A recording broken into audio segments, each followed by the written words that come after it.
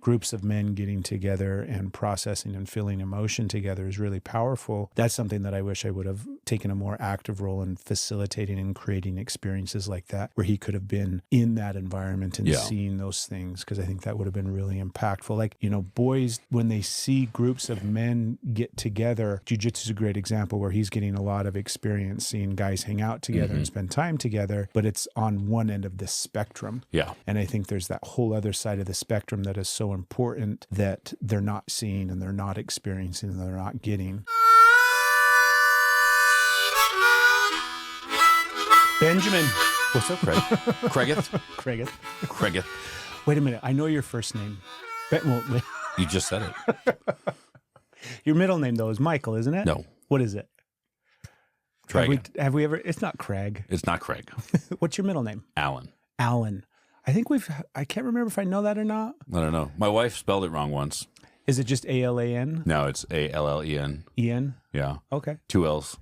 It was funny. We were in a group text and somebody was like, oh, you know, and they're like, Ben, A, whatever.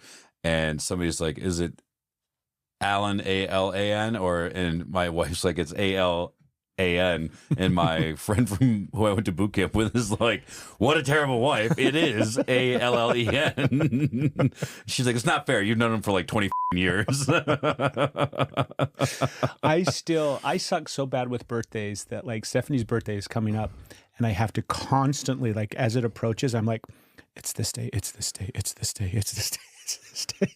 I'm not bad with the date. I'm bad. I'm a terrible gift guy. I'm so bad that I have to be, I'm either super proactive or super last minute.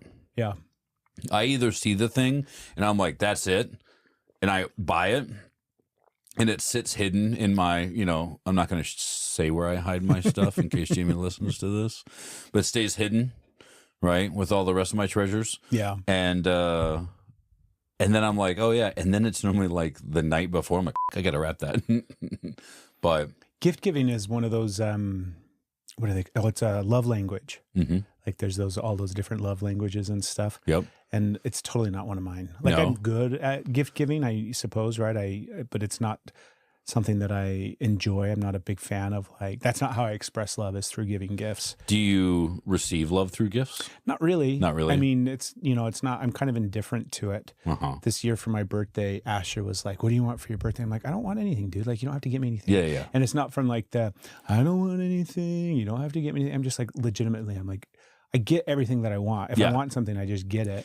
Yeah. I don't need you to get me something to celebrate this day. And he's like, come on, tell me what you want. I'm like, I don't want anything. Like, you don't have to, like, hang out with me for a half hour or something, right? But yeah, I'm not a big giver or receiver of gifts as a form of love. Yeah. What about you? I love receiving gifts. Yeah, I do. I mean, don't get me wrong. I like receiving gifts. Yeah, yeah, totally. It's if you want to give me something, go ahead and give me something. Yeah, right. Yeah.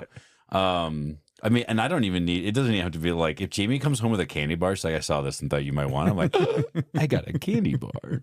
So I love that. I'm not great when it comes to giving gifts. And it's funny because so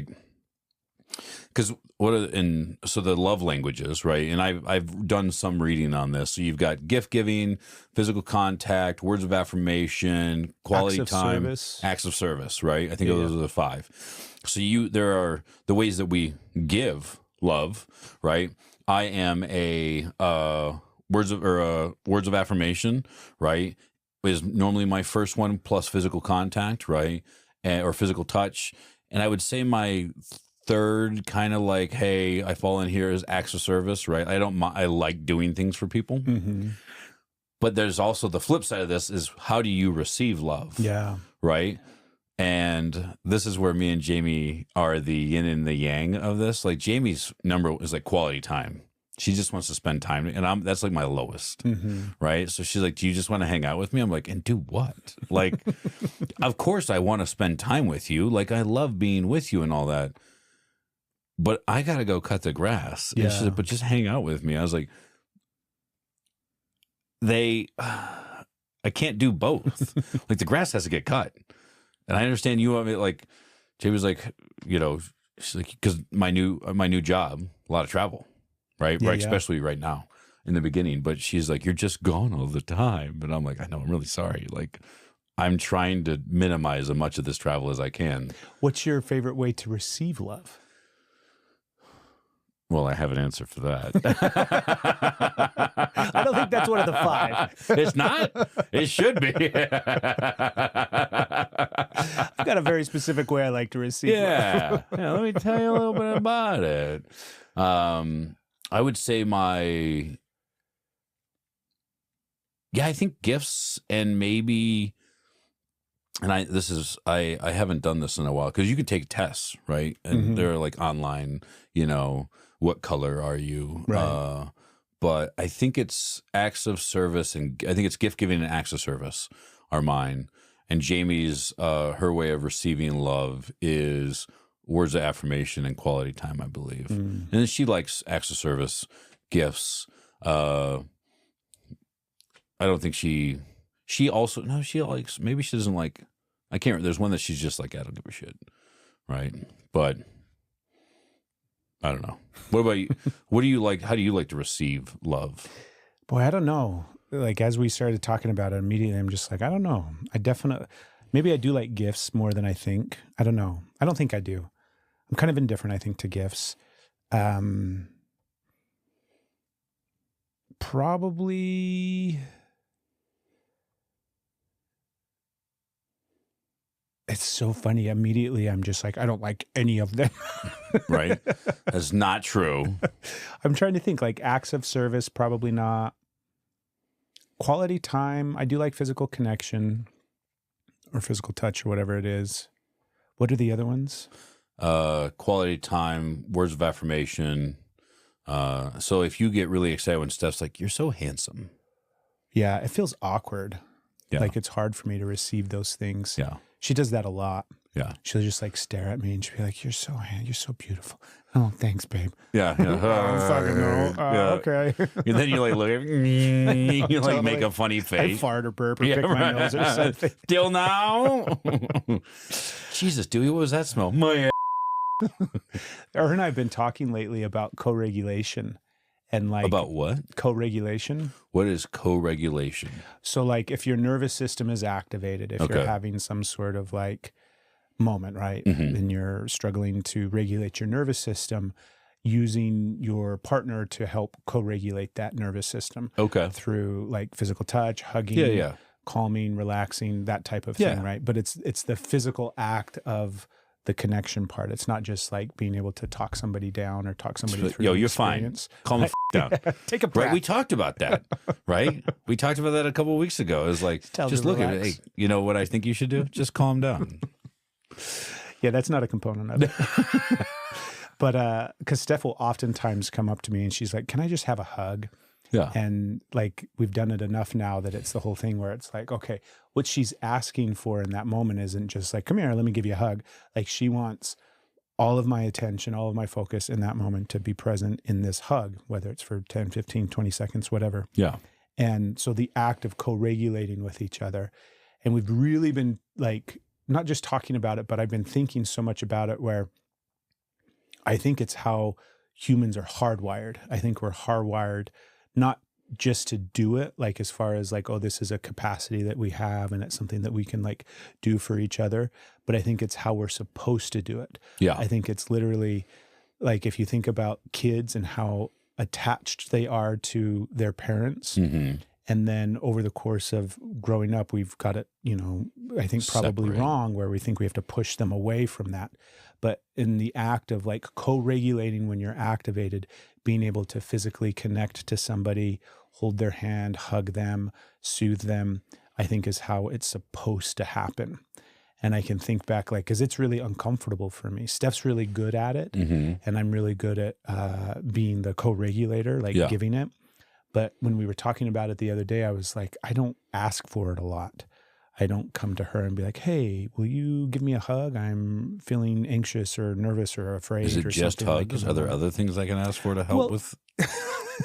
I think that slips into, again, a different territory. Dang it. But just that simple act of being able to like regulate your nervous system with somebody else, I think is what we are supposed to be doing all the time. I don't think we're supposed to do it by ourselves. I think that's the misnomer.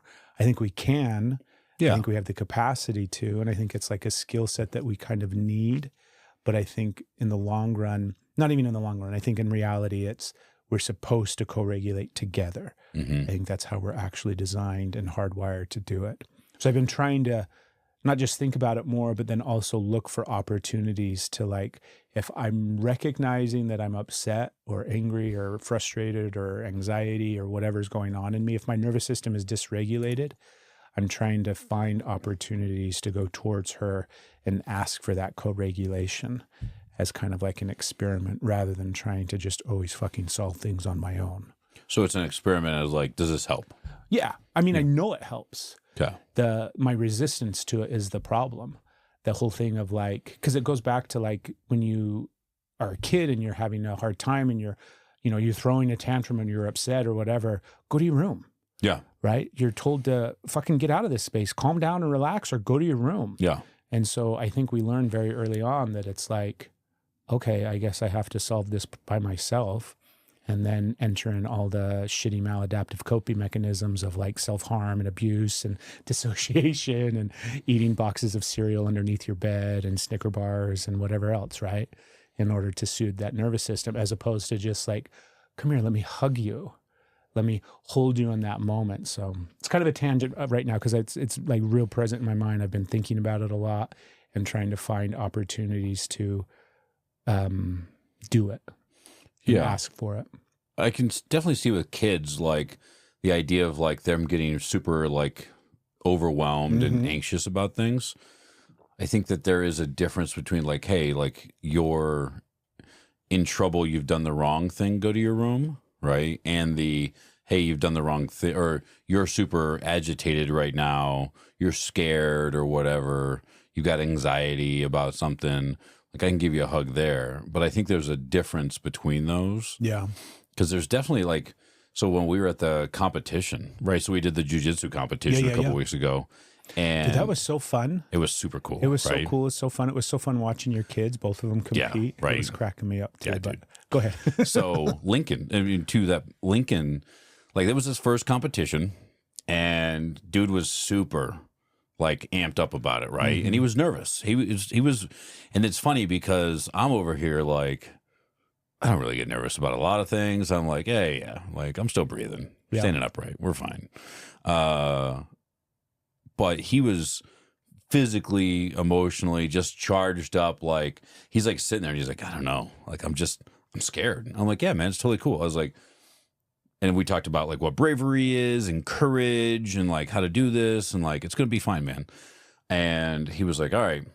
And he got out there and just, I mean, first of all, put on a fucking clinic and just, especially in Nogi, just fucking whooped. The fact that he went, it was so funny. In a 3-minute match, he scored 20 points to 2. And then Cody was like, yeah, they missed a bunch of points for sweeps and reversals. And I was like, I mean, I'm not going to challenge it now. Like, but he did such a phenomenal job, swept his division, right, in Nogi, and got up on the podium and got his gold medal. And that was like, okay, hey, you're done here. And when he came off, he looked at me and he cried because he was just so emotionally like just all over the place and just overwhelmed with the feeling of pride and just all this stuff. Yeah. And I gave him a big hug and I was like, yeah, buddy, I was like, you did a great job. I'm so proud of you, you know, but he's just sitting there and I've got a photo. Jamie did a great job, took a great photo. He's sitting there like, oh my God. And I'm like, dude, you did so good. Like, I'm so proud of you. And we got done and he was like, he like looked at me, he's like, I'm tired. I was like, yeah, man, like that was a lot. You had a couple matches, like you did a great job. It's emotionally charging. All right, we're going to get ready for, you know, we'll do gi here in a little bit. But in that situation where he is now, he's like overwhelmed by some of this. And it's like, yeah, man, like I can bring him in like, hey, I'm here with you. We're going to get through this. It's going to be okay. Using that, me being here to help kind of deregulate that or regulate that a little bit is great. At the same time, he's a real big asshole, especially right now. Like we're really struggling with a lot of stuff. And he like looks at you and he's like, And we're having a lot of, this is silly. We're having a lot of discussions right now about like, I love you and that will never change, right? You are my son. I love you. I would love you with my whole heart. That will never change. Nothing you could ever do will ever stop me from loving you. I don't like you right now, right? And going through the differences and like, yeah, man, like you raised your voice to your mother, right? Which is a huge no-no in my world, right? You didn't listen to the things that you did the wrong. I looked at you, said, do this, and you said no, and you went and did something else knowing it was wrong. Like all these things that kids do. And he's like, can I just get a hug from it? I was like, and I'm like, why do you want a hug? He's like, because you're mad at me. And I was like, yeah. And he's like, and I just want to know that you're not mad at me. I was like, I'm mad at you. You're not listening. Like there are rules and expectations in this household that you're not upholding your side of the deal on this team. Yeah. And he's like, why do you hate me? And I'm like, I've never said that. Like you're coming up and that's where we're trying to have the conversations of why are you crying? Because you yelled at me. That's not why you're crying. Why are you crying? And it's like getting into that. He feels shame, right? Why do you feel shame? Because I did the wrong thing. Okay. And you knew that you were supposed to do the right thing and going through this whole process, right? Trying to really help him uncover why he's feeling this way, but also to understand I didn't do this. Yeah. Like I said, go take a shower. And I walked in here 20 minutes later and you were playing with your Legos, nothing done. And I'm like, we're 30 minutes past bedtime already. Like, what are you doing? And he's just like, fuck, you caught me. So I don't know. I think that there's back to the co-regulation thing. I mean, Jamie and I do that, like, you know, a little bit of physical contact. Hey, you know, we're here for each other. Yeah. I think that's where a lot of that comes is like, I'm here for you. Right. And if I'm on the phone and I'm like, I'm here for you. And you're like, are you though? Right. But if I'm right here with you and I can put my hands on you and hold you and hug you and put my finger in your ear or whatever, like I'm here. I'm right here with you. Yeah. So I think that's the big thing there. Do you ever find yourself asking for it? Like for in the context that we're talking about it for co-regulation, when you're upset, when you're anxious, when you're afraid, when you're having some sort of dysregulation in your nervous system, do you ever find yourself going towards Jamie and being like, hey, I could really use a hug right now. Can you take a moment and sit with me and help comfort me? Yeah, I don't ever really ask too much. I don't ask for the hug a lot, right? Yeah. We're already pretty physically, what would be the word there? I don't want to say intimate. Yeah. I mean, that's a fact. But yeah, you're connected. We're connected. Physical touch, a lot of physical touch and affection in our relation. Like PDA is not a thing that we worry about, right? Uh-huh. Like, yeah, that's my wife. She's smoking hot. I'm going to touch her butt. That's the way this works. But I don't do that a lot. I do find that if I am trying to think things out, it can be easier for me to process things when she's near. Yeah. Right. So I do that. Like if I'm trying to figure something out, I'll just go sit in her office sometimes while she's working and just hang out in there for a minute and think about what I'm trying to accomplish or whatever it is. And then sometimes, I mean, at the same time, like when we go to sleep, like we touch while we sleep, right? So it's like get in bed and then like the foot comes over and you're like, hey, where are you at? Right? And then our feet touch and I'm like, all right, cool. Jamie likes to cuddle before we go to bed, which is miserable because I'm sweaty. Yeah. Like I slept half the night last night. No blanket, no sheet, just like one foot kind of under the covers so I could touch her. And the rest of my body just like, oh my God, it's so fucking hot. Do you just sleep in boxers? Yeah. No. You sleep all of, that's the only way to do it, dude. Yeah. I sleep completely a la Craig. Oh. I made that shift like years and years ago. I don't even remember. It's been quite a while. And I mean, it's like, why would you sleep any other way? It's the most comfortable way. It is the most comfortable. I'm only concerned about regulating my body temperature, and like texture and touch is really a big deal for me too when I'm sleeping. Mm-hmm. So like, even if my sheets get kind of, you know, like over time you're tossing and turning and your sheets will get kind of wrinkled up. If I can feel that underneath my back, I'm just like, ugh. Oh yeah. No, yeah. I need a flat sheet. It's gotta be flat. Everything's gotta be situated. Yeah. Steph and I talked we back in the day when we first got together, we used to cuddle and fall asleep like that and sleep like cuddling and holding each other. And then over time, you're like, get the fuck off. Yeah. Space. I can't, and she's always just like, I wish we could still sleep like that. I'm like, I do too, but it's not going to happen. We're not going to, yeah. You're like, oh yeah, me too. Yeah. There was another thing I was going to ask. While you think about that, bunch of random stuff. I saw there's the woman, she's a comedian. She's a really small, short woman. She's married to a guy that just retired from the military. She has really short hair, right? Anyways, I don't know her name or anything like that. But she like put something up about like, the smaller the bed, the longer the marriage. And it's like, and they got a full. And I'm over here going like, me and my wife shared a queen bed for 5 years. Yeah.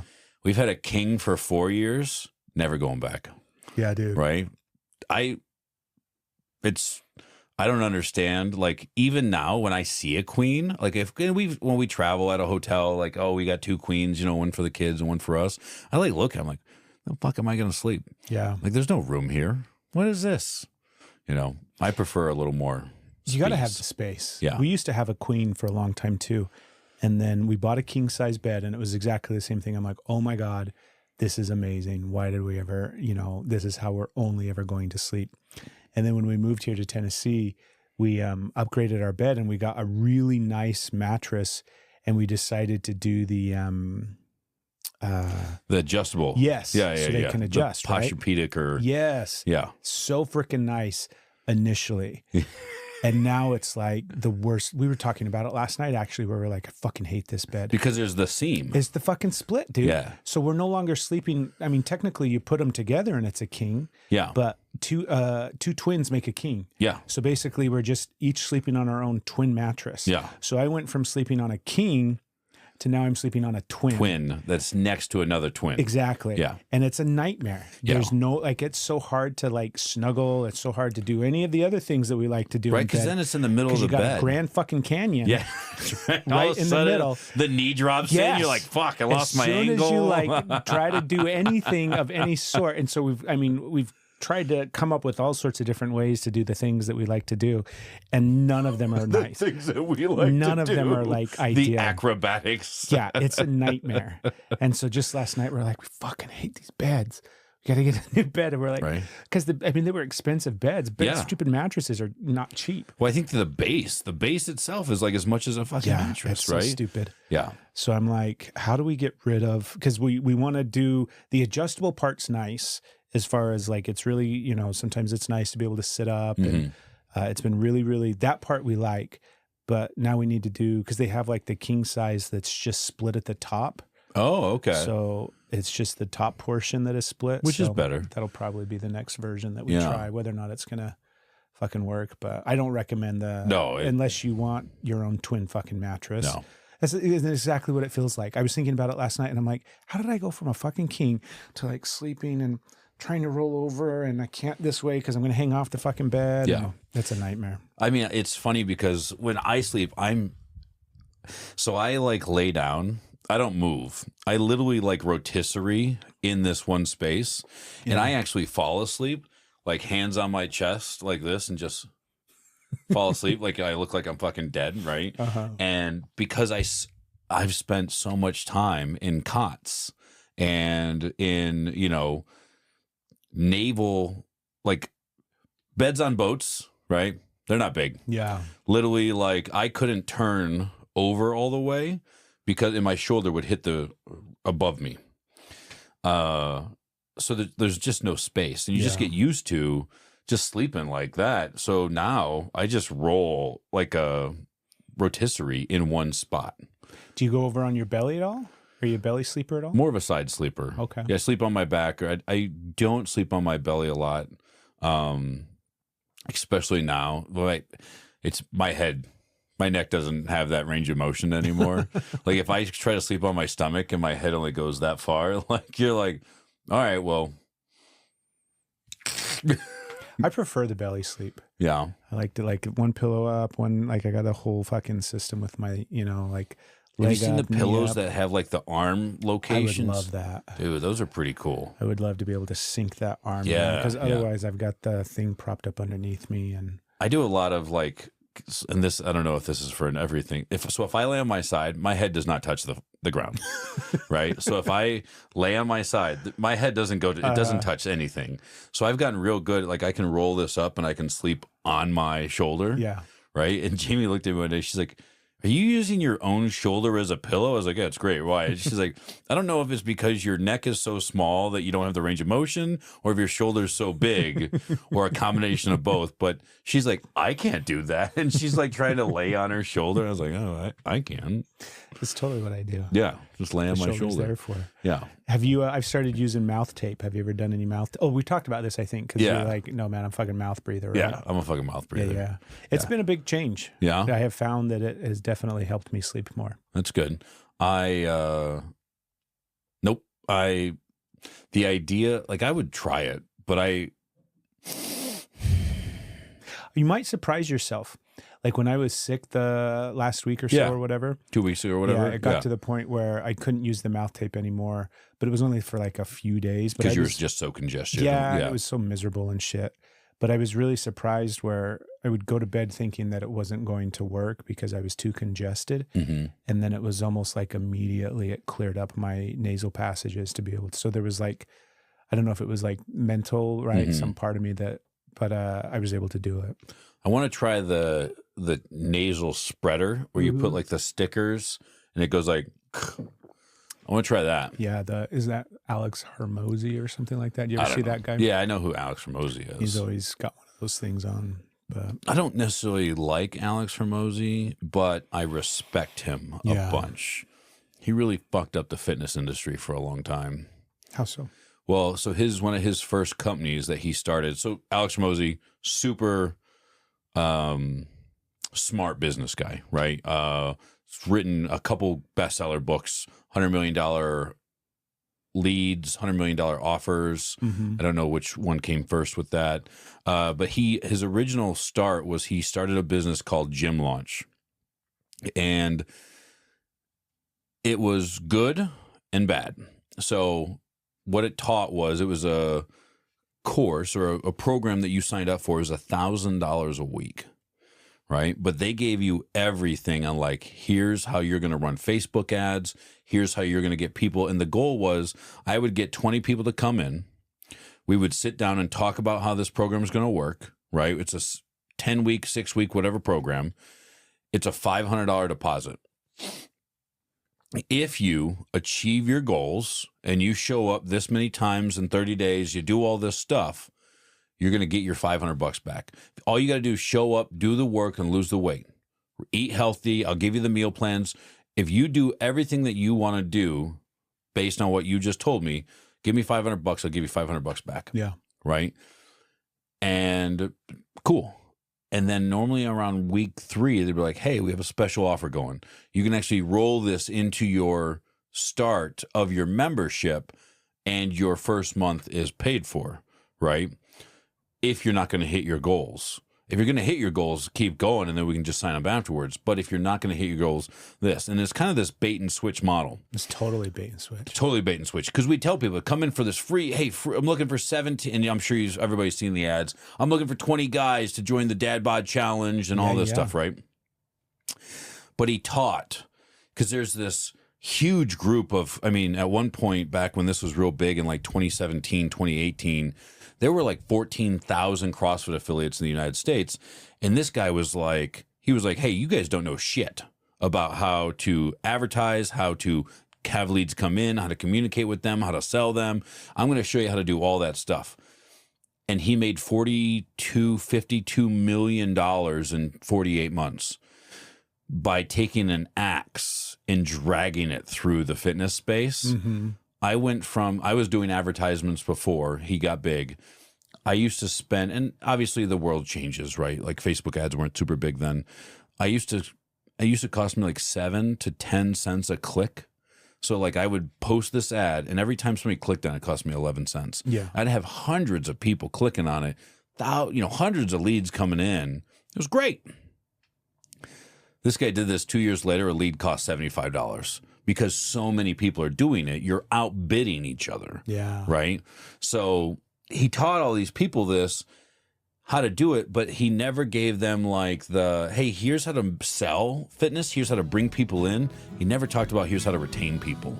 And what happened was... Today's episode of the podcast is brought to you by Woolly. Most fabrics today are packed with synthetic materials and microplastics that shed off into the environment as well as into your skin. And that's why we love Woolly, because their gear is made with natural merino wool. No synthetics, no microplastics, just high-performance, sustainable clothing that's going to keep you comfortable any season. Woolly's merino wool is breathable, moisture-wicking, and built to last. Plus, it's naturally odor-resistant, which means you can wear it longer and wash it less. And right now, Brave Men Dare listeners, and I'm talking about you guys, can get an extra 15% off. So check out the link down on the doobly-doo. Make sure you use that promo code BRAVE, all caps, when you're checking out of getting some of that fresh, high-quality woolly gear. Woolly. More wool, less plastic. Hundreds of thousands of people joined a gym, got swallowed up by this bait and switch model, did it for like 6 to 20 weeks or whatever, got burnt out, and was like, nope, I've done CrossFit, I'm never going back,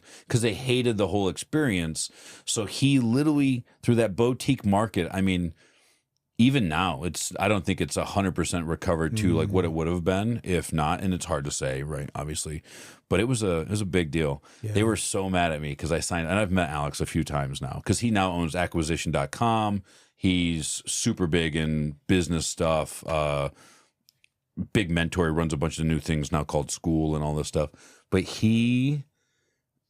his team got so mad at me because they're like, hey, it's the first to sign up, it's $1,000 for 10 days, and then $1,000 a week after that for maybe it's 16 weeks, right? And then they like upsell you to the next tier. We're going to show you the next big thing, all this bullshit. Hey, sell our supplements, this is the big thing, all kinds of bullshit. I paid the $1,000 for the first 10 days. I downloaded all of the content. I watched all the videos at 2x speed. I did everything he had that was on there. I was like, sweet. Cancel my fucking account. And they're like, oh, you signed an agreement. I was like, well, here's the deal. I set up a bank account specifically for you to draw off of, and there'll never be another fucking dime in there. So you can take me to small claims court if you really want to, but I'm never paying you another fucking thing. And they were just like, all right, fine, fuck off. Right? And that was it. I got to learn a bunch. Yeah. And I will say, little shout out to Alex. Because of that process, I learned that what he was teaching wasn't an efficient way to do it. I wanted a system that would help me with that, which led me to UpLaunch, which was the first software company I worked for. And I started working with them to fix this thing that he taught. And here I am now. I think it's it makes me think about all the little components and pieces and steps along the way that lead us to where we're supposed to be going. Yep. And I think so much about all the different little experiences that I've had, both good and bad, right? That have contributed to me sitting right here in this moment. Mm-hmm. And like just podcasting in general came forth in the time in my life where it was, do you know what I mean? It wasn't something that I was interested in. It wasn't even something that was really on my radar in any extent. Like I wasn't listening to podcasts. Mm-hmm. It was 2016, so podcasts weren't that big. Yeah. But they were around, and it was something totally that existed. But I wasn't in this space at all. And then because of podcasting, it's just like, you can follow the breadcrumbs all the way around. And that's just one example, obviously. But it's like, I love that game of like seeing how this thing that you thought was going to be the thing or wasn't going to be the thing or was going to, it just turned out to be the next thing and then the next thing and then the next thing. Mm-hmm. It cracks me up. I think you can go, and you can go back. Like I've made the connection. The reason that I'm married to Jamie, the reason that I got into CrossFit, the reason that I was married previously, and it was all because my dad died. Yeah. Right.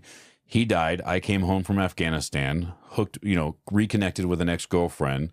We ended up getting married. She ended up leaving. I got miserable, got fat. It was like, I got to do something about this. Joined a CrossFit gym, right?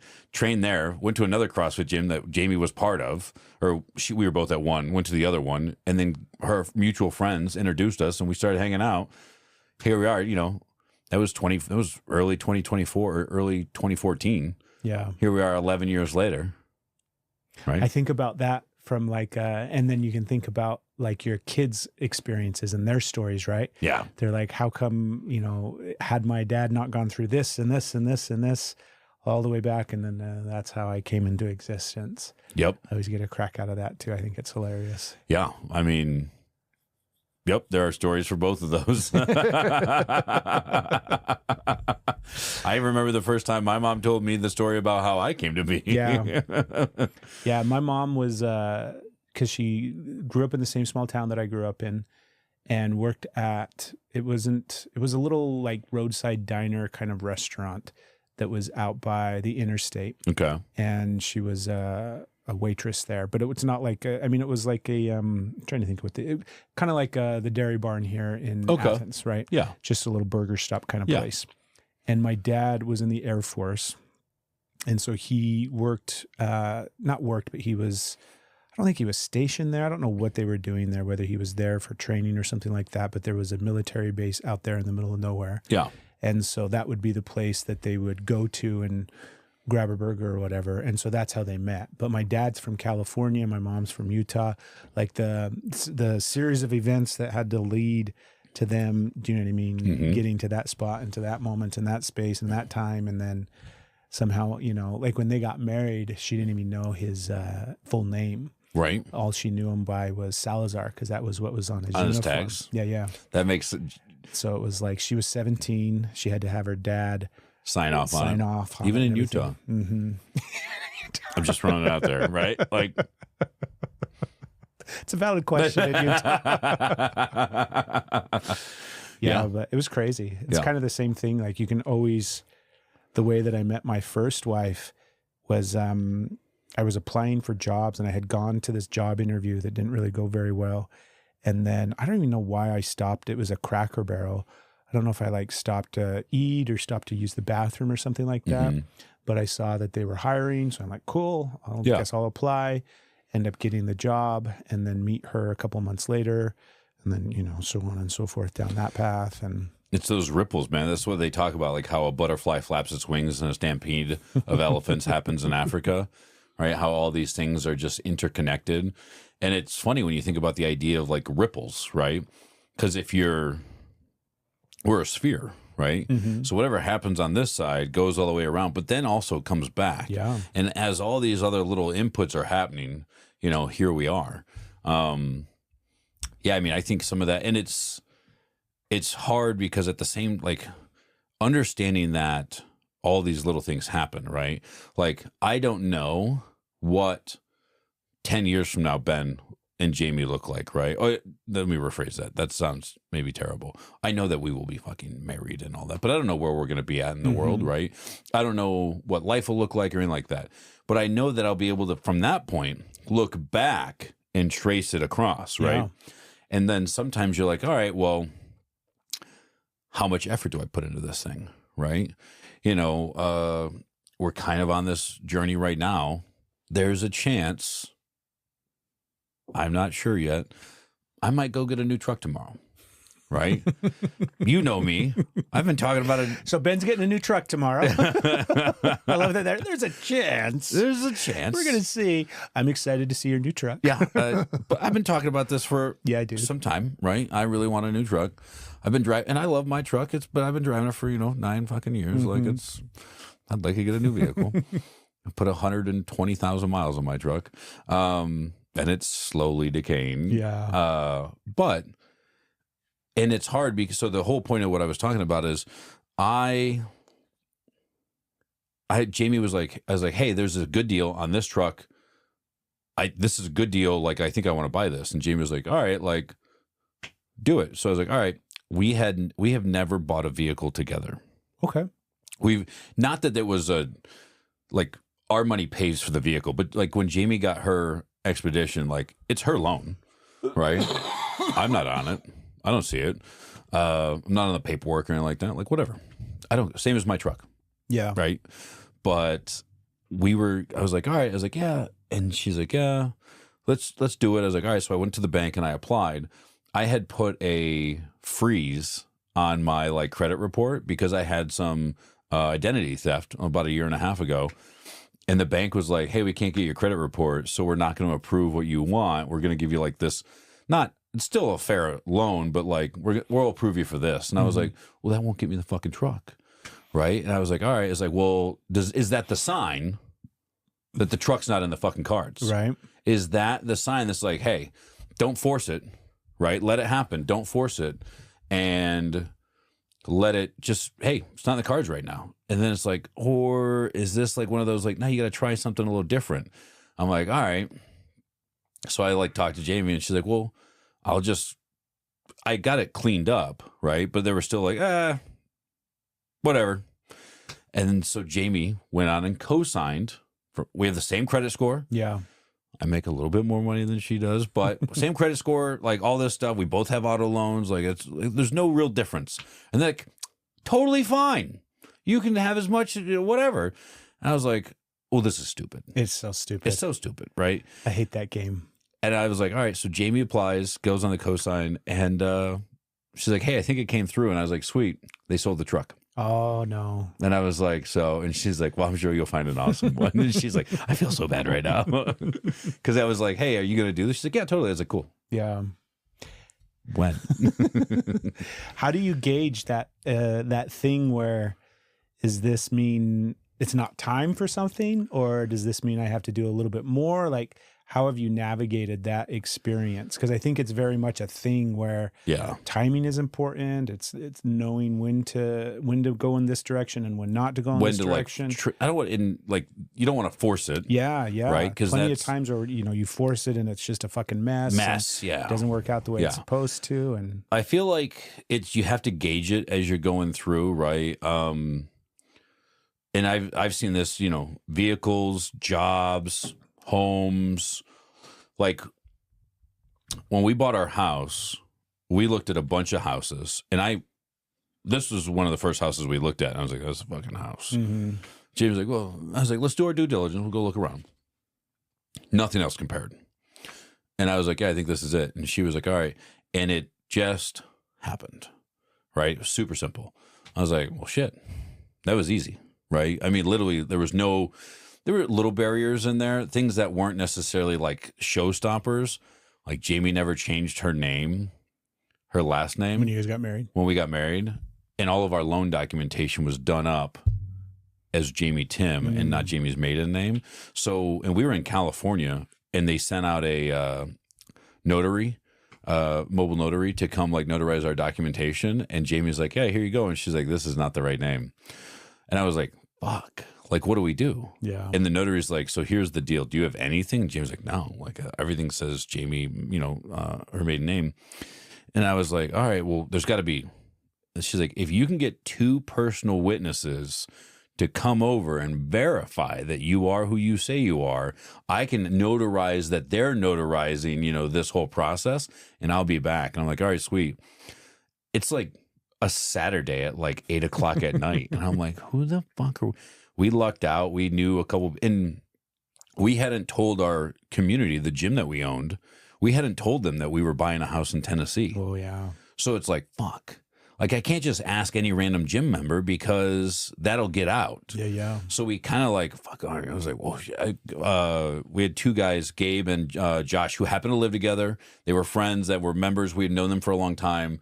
I was like, hey, can you guys come help me with something real quick? And they're like, what? And I was like, yeah. I was like, no furniture's getting moved. They came over. We explained the whole situation. Like, yeah, no problem. That was an obstacle, but we didn't have to force it. Yeah. Right? The same would be like for this truck, right? We had an obstacle. It wasn't hard. We didn't have to go to what's the word? Extraneous. I like think that's even the word. I don't know if that's it either. Hard shit. Yeah, we didn't have to do a bunch of hard shit to there was not a lot of hoops to jump through. Yeah. Right? What was the blocker? Like they just said my credit sucked, which it doesn't. But Jamie co-signed, you can have whatever you want. Sure, no problem. I was like, okay. Like, that wasn't hard, right?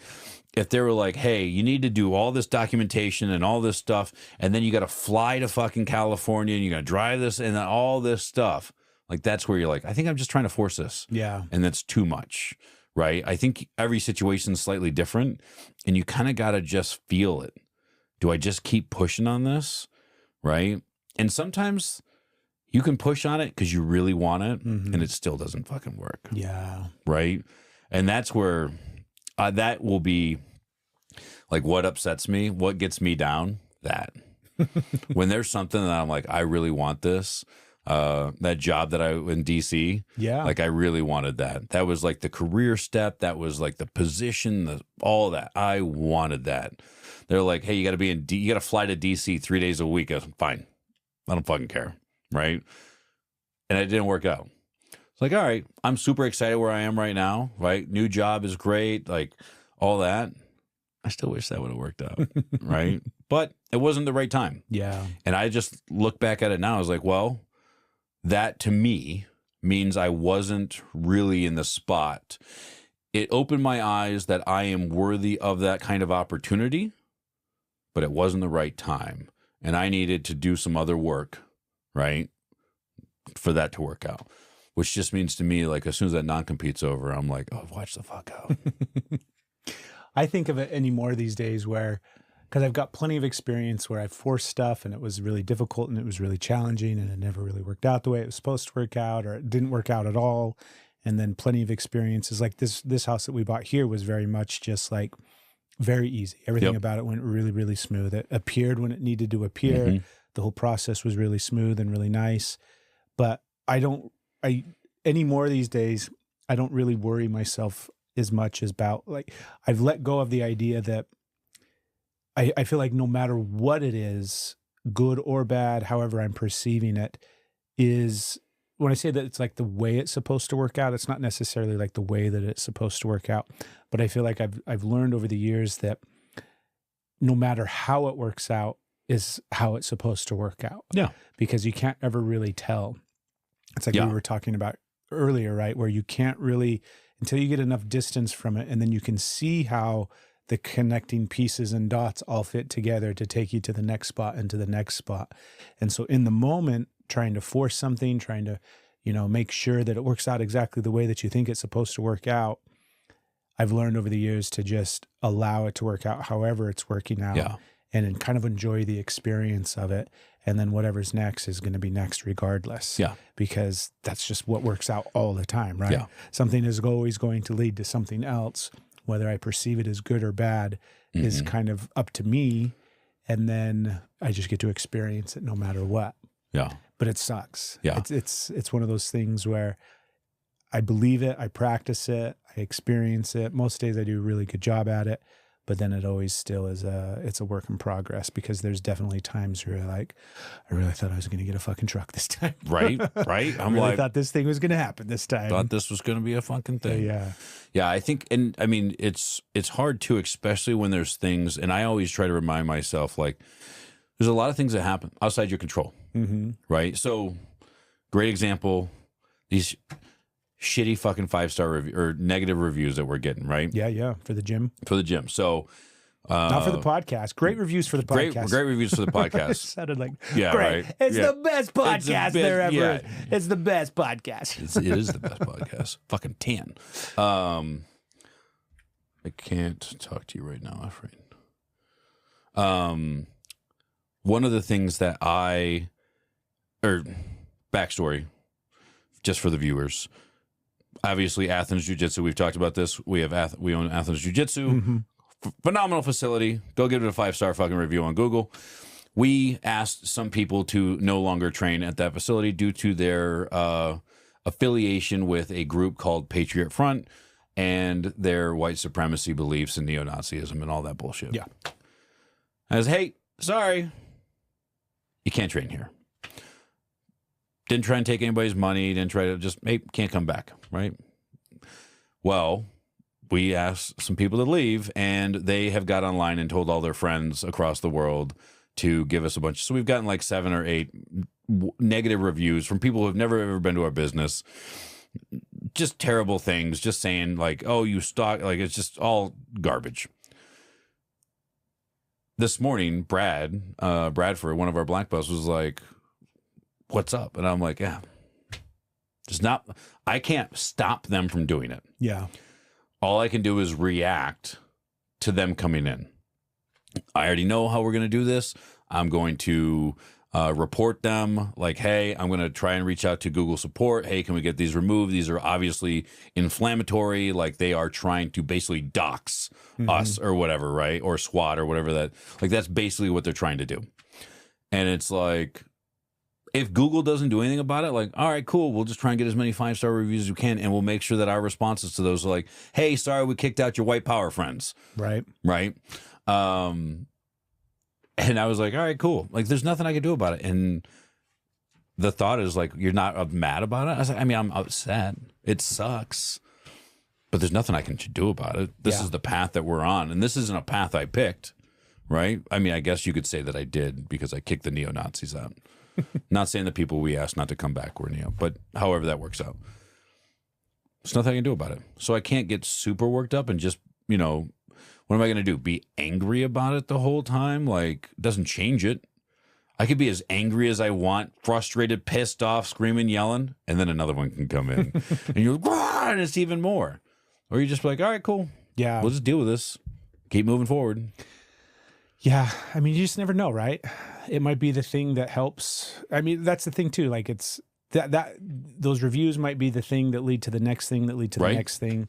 And it might be the big thing that you needed. It might be the thing that you didn't want at the time, but then it turned out to be the thing. I mean, you just never, ever you never fucking know. Yeah. You can't ever tell. Yeah. So I agree. Don't stress about it. Yeah. Don't stress about it. Just, you know, deal with it and do what you can. Try to outlast them a little bit, right? Like, hey, I'm sorry that you guys are all upset at me. Like, I mean, the upside is we shared it with some people and we've had a dozen more 5-star reviews come in. Right? Trying to like, hey, these guys don't know what they're talking about. Yeah. They've never been here. Like, this is really what this facility is like. Yeah. I don't know. I mean, how much weight are people putting into Google reviews these days? Does it feel like I think anytime you see, at least for me, I don't do a lot of like, I think the last time I looked at reviews, it was a mechanic because we were trying to find a place for the car, right? Yeah. But you can tell when people are putting shitty reviews on there. Yeah, totally. Like you can tell when there's a ton of good, positive reviews. Yeah. And then you see the one, and you can tell, like it's obvious what people are doing. Yeah. You're like, oh, somebody's pissed off at these people. Yep. Do you know what I mean? Yeah. I think and the hard part is it's not the weight, and we're unique in the aspect of, it's not the weight that I'm concerned about. Like anybody that reads one of these negative reviews is going to see like we're like, listen, we have no record of you ever being here, so makes this review a little suspicious. Secondly, like we're a veteran-owned, family-oriented business that inclusive to everyone, right? Regardless of religious, political, or you know values or whatever. Minus hate groups, right? Yeah. Sorry, I'm not mad at you because you celebrate Kwanzaa and I don't. I'm mad at you because you literally hate other groups of people and wish they weren't alive anymore. Like, that's not worked out well for people in the past. But with the aspect of these reviews, you're like, all right, cool. The bigger part is what it does for Google. So when somebody searches, and I'll share why it's not a big deal for us really, but when somebody searches for jujitsu and they see, okay, you know, 30 5-star reviews, 27 5-star reviews, 100 reviews with a 4.1 rating. You're like, all right, there's some mixed reviews on this guy, right? But they've got way more reviews. That changes where you rank and what you show up when somebody Googles for jiu-jitsu in your area. We luck out in the aspect that we're kind of the only jiu-jitsu game in town. Yeah. For like 30 miles. Yeah, I don't feel like it's changing anytime soon either. No. Yeah. No. So it's one of those like, I don't want negative stuff out there. Like I'm going to do everything I can to get them removed, right? They've already, you know, Google, thankfully, has already taken one off. I think they'll remove these other ones. They're obviously inflammatory spam. But we'll go from there.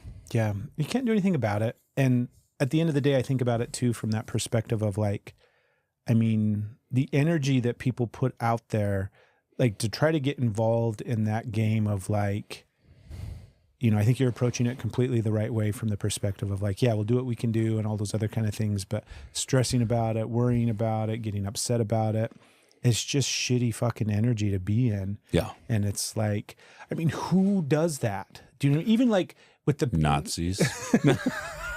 Nazis do it. But like even the people that take the time and effort will post stuff. Yeah. Some content that we'll share, and then people take the time to like tell shit you, on it. Yeah. And you're like, who does that? Like the guy who said I was fat. Fucker.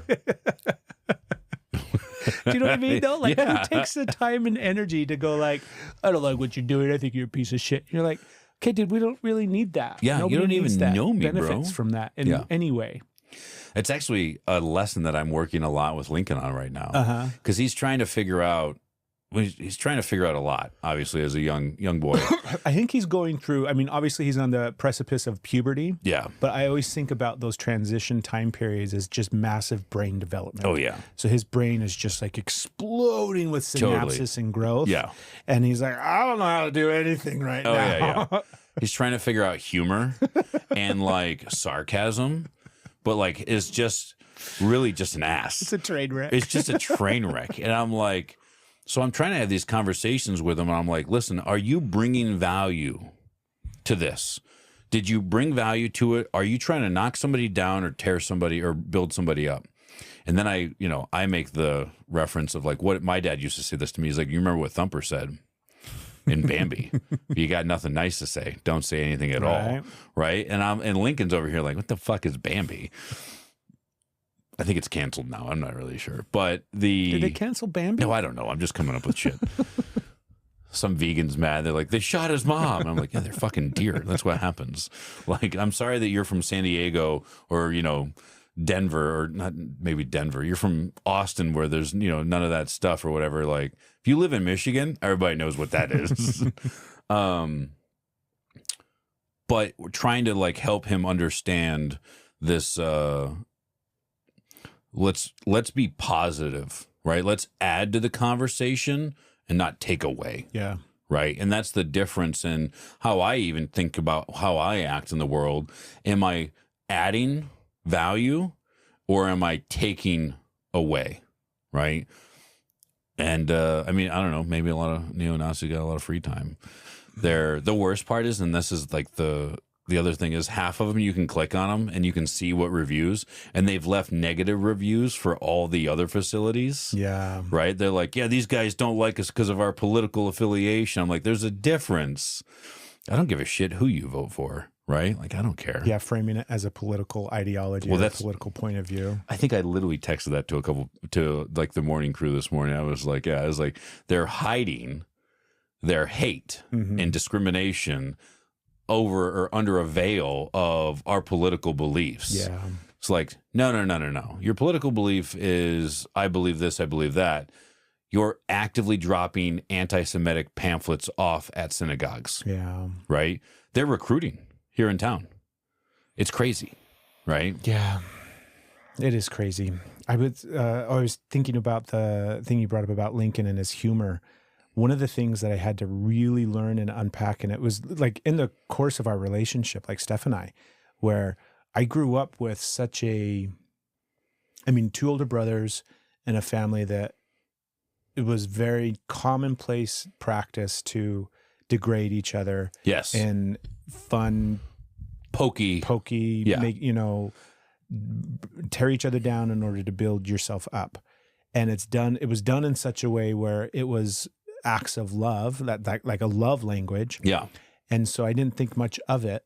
And until at some point, I don't even remember, it's only like maybe within the last 5 years or something, which makes me feel fucking terrible to think, but like I would have this same sense of humor with Stephanie and say the same type of things and be really shitty to her, but not see it from that perspective. Yeah. Totally just think that we were fucking around joking and I was teasing her about stuff.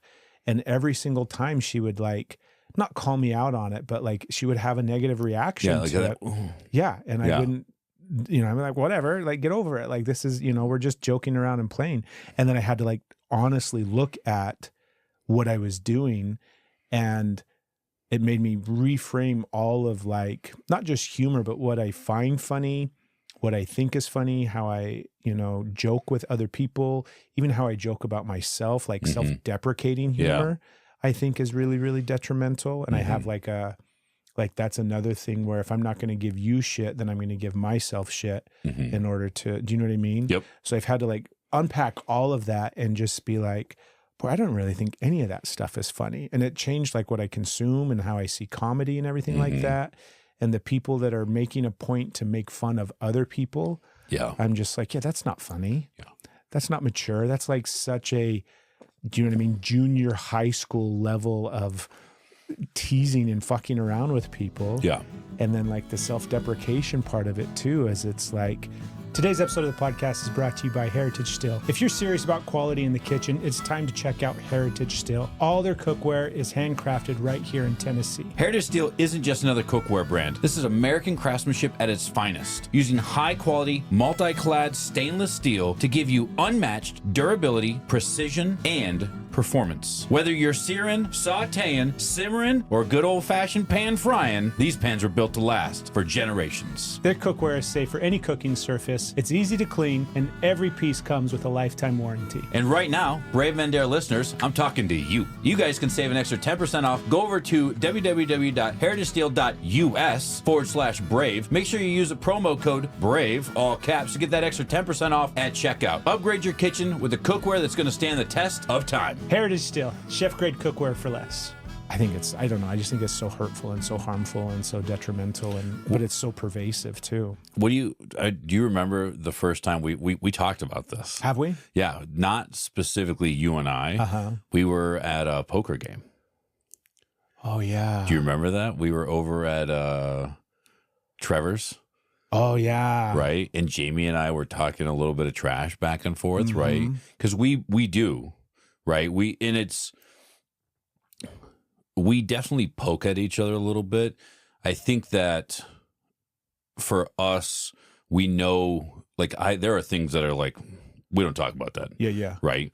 Like, I would never talk about, there's a dozen things for Jamie. There's a handful of things for me, right? Like, Jamie, like, it's never a joke. Like, my hearing, never a joke. Yeah. Right? That's a sensitive area for me. So when we see, that's the funny. I don't mean to laugh. No. I want you to finish. You're like, if I was like, you're like, yeah. Actually, if we were, if I was your fucking big brother, I'd be like, that'd be the first fucking thing that I would fucking joke totally about. Right. And it's funny. It's so shitty. It is. But and at the same time, like, I see the humor in it, right? Like, I do understand that.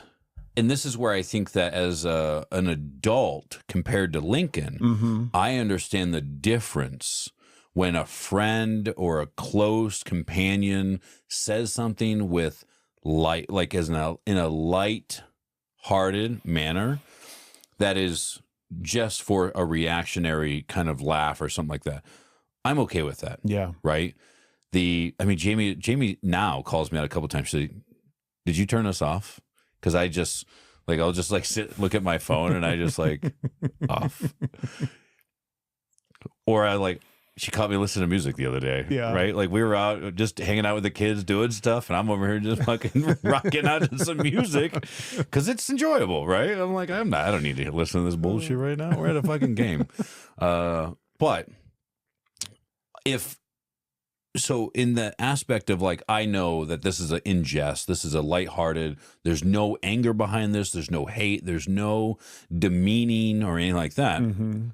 Fine. I'm totally okay with that. Jamie would never look at me and say something about my hearing to knock me down. Yeah. Right? It would be in jest. Anyways, back to the story. We were sitting there playing poker. She's talking some shit, right? We're going back and forth, talking a little bit of trash. And somebody said something to you because of your experience and everything with energy, is, all the work that you've done and all that stuff. And you were like, yeah, it's called backhanded love. Right? Is that what I called it? That's what you call it. You said it was like, yeah, it's backhanded love. And we were like, oh, that makes us feel slightly different about calling it that way. Because then you're like, it's like a backhand, like you're getting backhanded, right? I don't remember calling it that. Yeah, I don't even think I've ever heard that term before. That's so interesting. Maybe you were high. I don't know. I probably was. I was drinking. No. And there was a good chance. Was I drinking? I don't know. I might have been on 75 hard then. I don't remember. But, yeah, you said it. Jamie and I have used that term. I hope it's a real fucking term because we've said it. It's a great term. Yeah, backhanded love. But you shared that, I grew up in a household that's how we did things. And that's how I grew up. Yeah. Right? And Jamie grew up kind of similarly too, especially with all of her sisters and all that stuff. Very, well, I'm not going to say it. Go ahead. Well, it's like gallows humor. Yeah. It's the same thing that happens like in the military and in law enforcement where, Yep. do you know what I mean? You're breaking balls and you're doing all these kind of things as a way to cope and manage through the experience. Yes. And it's the same thing that happened when I was a child because truth of it was kind of a shitty environment that we were in. Yeah. There wasn't, it wasn't like a safe, loving environment.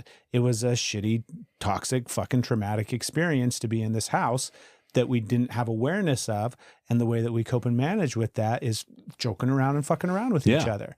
And so it's learned behavior from childhood, but it also is kind of that thing that gets created in those experiences in order to cope and manage with it. And when I really started to unpack it with Steph, just being like, why on earth would I ever say anything, even she knows that it's coming from that place of like, quote unquote, how I love and how I show affection, right?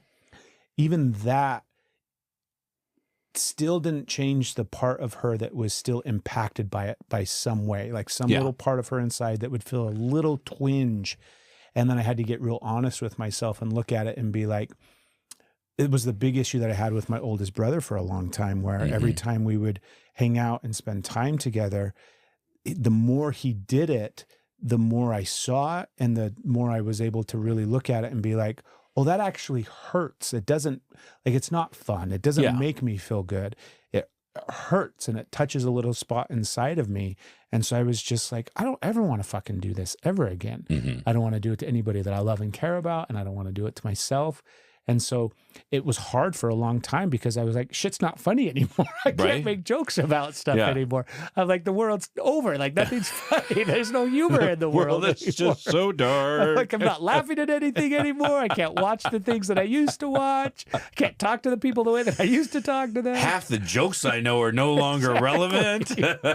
All my go-to material I have to throw out now. Right? Can't do dead baby jokes anymore. It's terrible. But then it was like, it gave me the opportunity to like really reflect and look at what I think, not even what I think is funny, but how impactful it was to me over the course of my life. Do you know what I mean? Yeah. And I had to give everybody else that same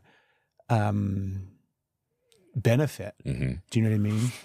Because it's just shitty. I think it's just really, I mean, that's how I see it, at least. I don't think there's any place for it anymore. I think it's the type of thing that as a society we should just get away from.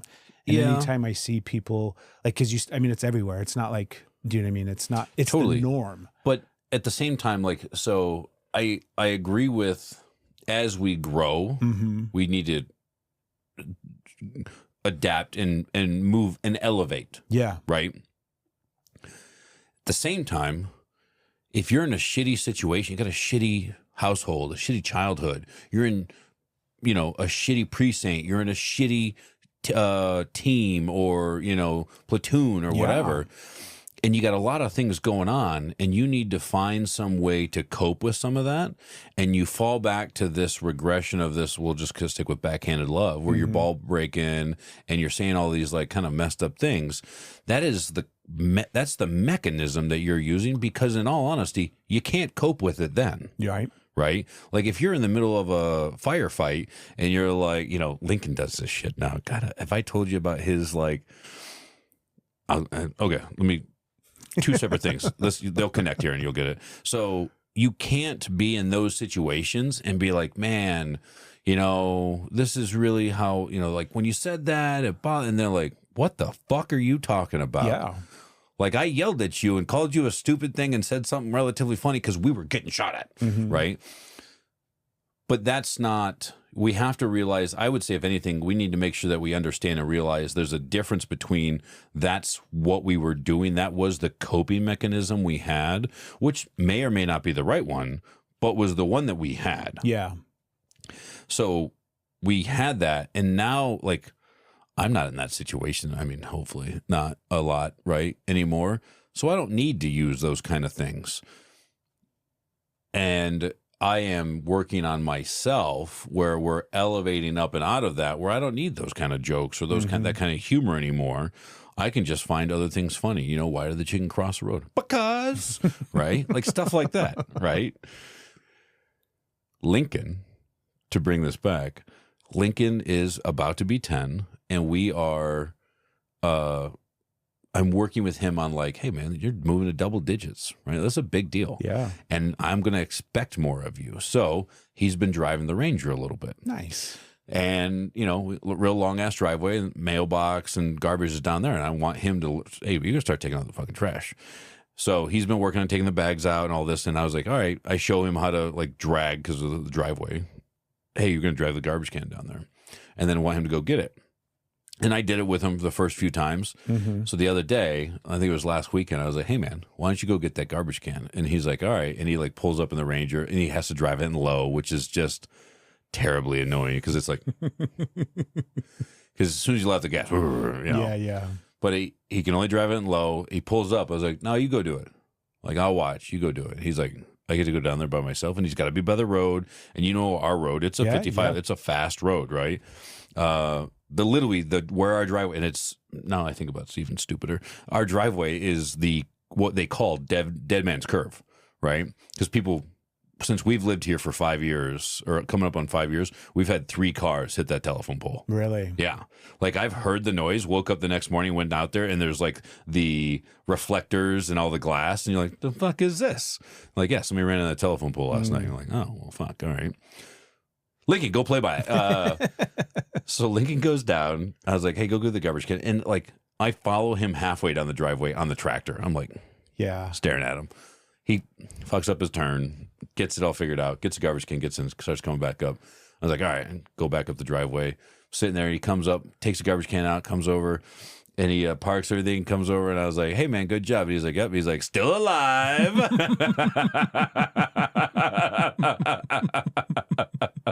It's fucking funny. It's fucking funny. He has said it 4 or 5 times now. Like, he almost fell out of the truck the other day, and he, like, catches himself, he looks at me, he's like, still alive. I love it. It's fucking hilarious. Yeah, dude. Right? But that's also, like, it's one of those things that I'm like, yeah. In the future, he's going to look back. He's like, there's all these times I could have fucking died. And I just looked at my dad and it was like, I'm fucking still alive. And he laughed and I laughed. And it was like, yeah, he's going to be having this conversation with somebody, some therapist or something. And that was the way that he right. He was doing something that was outside his normal. He was stepping up into something. There's a lot of anxiety with all that. And that's how he was dealing with it. Do you think about because this is something that I've thought about a lot, and it's in some of the men's spaces that I've been in over the years, where they talk a lot about one of the issues that we have in our culture, especially with young men, is there's no rites of passage anymore. There's no, do you know what I mean? Mm-hmm. Back in the day when we were tribal and we were living in those small communities and it was a much, much different way of life, there were these natural things that, you know, young boys would progress into and through as just a rites of passage in a sense as they continue to mature. Do you have any, do you think about that in relationship to him and how to manufacture and create some of those experiences? Yeah. So that he has something along those lines? Yep. We're definitely going to do, so driving the Ranger around. Right. And part of this is I like to look at it as like, these are the things that you're responsible for now, right? As you grow up, and we've had these, the older you get, the more responsibility you have. You're not a baby anymore. Babies have 0 responsibility. You, as a young man or about to be a young man, are going to start to have responsibilities. Taking the garbage out, getting the garbage cans down there, bringing them back up. This will be the first, hopefully this year will be the first year he gets to go deer hunting, right? That'll be a bit of a rite of passage for him. I was 8, but different, right? Like we were in different spaces then. It was the 80s. It was all different. It was all different. Yeah. I mean, literally, yeah. I don't want to get into weapon safety handling as a child for me. It's way better for Lincoln, due to my experiences. Right. The time I almost shot my brother in the face with a shotgun. It was my dad's idea. God. Yeah, it was terrible. But so hunting, driving, the Ranger, like the next thing will be we're gonna do for his birthday. We're gonna build him a cross cart, right? So he's gonna learn to weld. He's going to learn to use the power tools. Like, he's really never used any power tools. Mm-hmm. So we're going to talk about using power tools and why they can be really effective, but also super fucking dangerous, right? Like, hey, this is cut your fucking hand off. Yeah. Pay attention.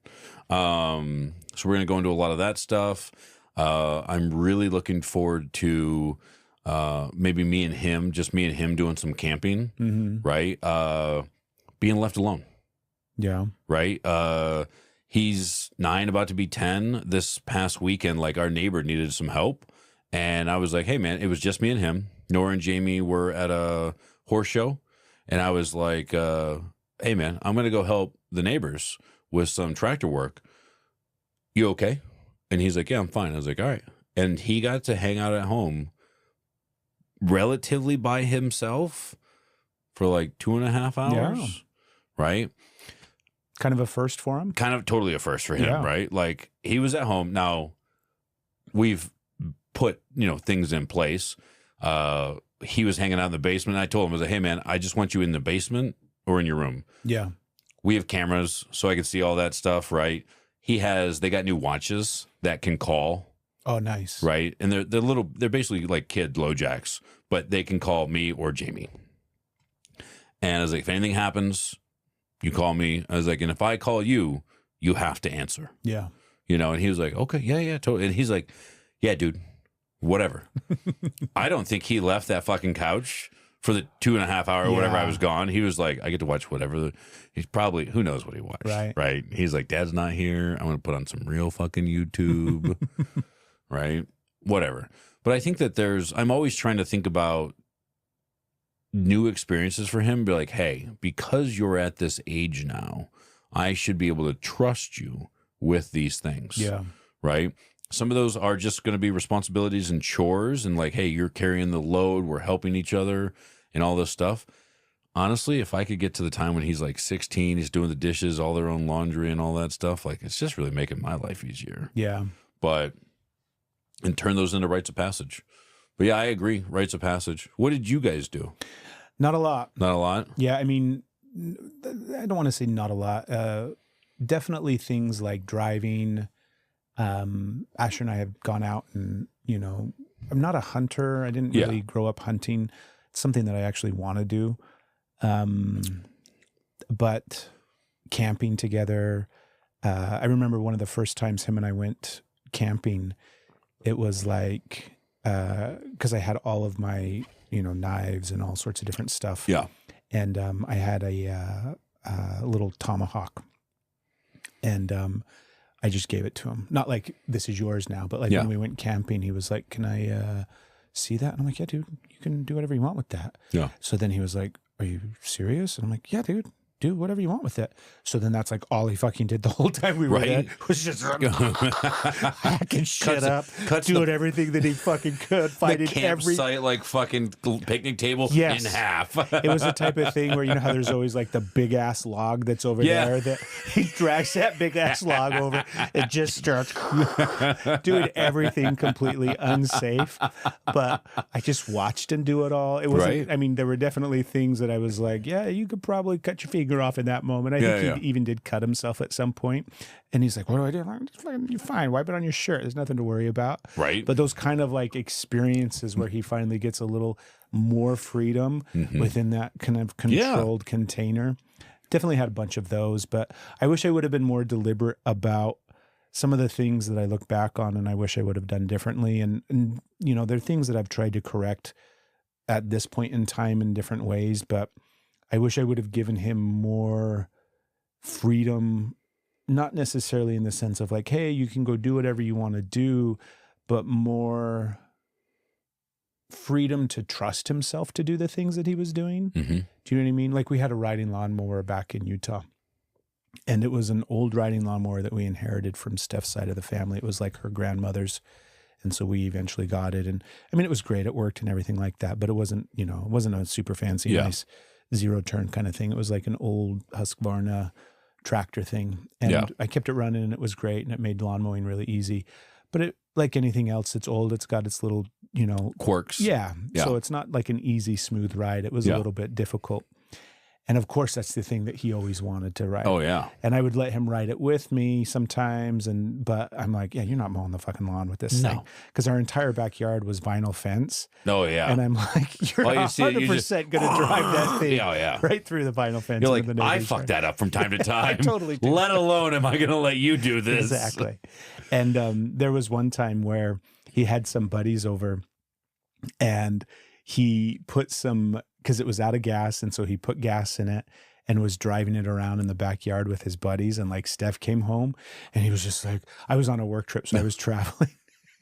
And it was the whole thing where it was like, oh my God. I mean, he got in big trouble and everything from Steph. And I don't think they told me about it until after the fact, but little stuff like that where I wish I would have empowered him more to like trust himself, but also make mistakes and kind of like figure it out under the tutelage of me from that, supportive space of like, yeah, this is like just the normal process. I didn't do a lot of that, and I wish I would have done more of that.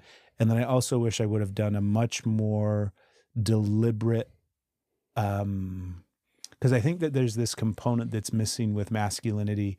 I mean, it's all the emotional side of things. It's the ability to communicate and express your emotions, but also the physical act of feeling your emotions. And I wish I would have had more experiences where he was witnessing me feeling and processing emotions in healthy ways rather than anger or shutting down, or do you know what I mean? And I like when I think about a lot of the work that I used to do with men and in men's groups and everything like that, groups of men getting together and processing and feeling emotion together is really powerful. And I think it's, probably in some ways resembles what it used to look like back in the day when we were all out hunting and gathering together, and then at the end of the night sitting around a campfire and talking through things and experiencing things together and processing things. That's something that I wish I would have, taken a more active role in facilitating and creating experiences like that, where he could have been in that environment and seeing those things, because I think that would have been really impactful. Like there's something that I think is missing with our culture today and society today where, boys, when they see groups of men get together, oftentimes it's, like jujitsu is a great example where he's getting a lot of experience seeing guys hang out together and spend time together, but it's on one end of the spectrum. Yeah. And I think there's that whole other side of the spectrum that is so important that they're not seeing and they're not experiencing and they're not getting. And that's something that I wish I would have done kind of more of and created those experiences more. But yeah. And that's the hard part right now. So Lincoln sees us hanging out and me and the group of guys and all this, the people at jiu-jitsu, and he sees how we're interacting, and then he wants to be part of that. And then he says something, and everybody's like, "No, fuck, kid. Like, right. You can't talk to me that way. You're a fucking child, right?" Yeah.